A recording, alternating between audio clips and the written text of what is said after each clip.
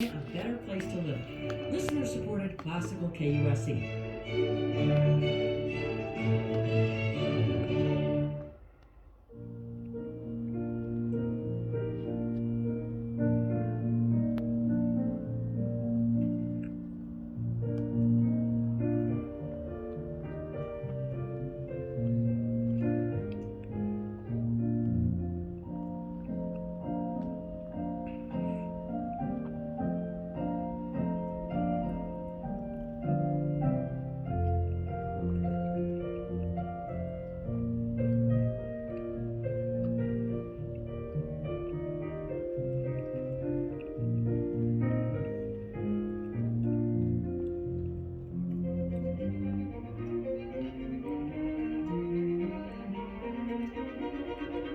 Good evening.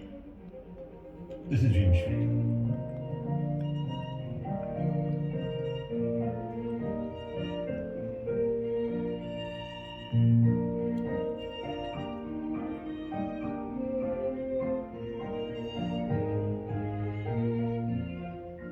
The life was so colorful and dramatic that you wonder why it never became the basis for a film.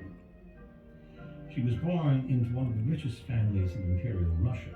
She was beautiful, she was brilliant, and she was very creative.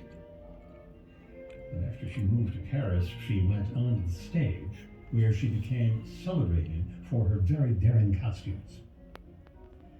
Or in the case of her performance of the Dance of the Seven Veils in Oscar Wilde's Salome, no costume at all.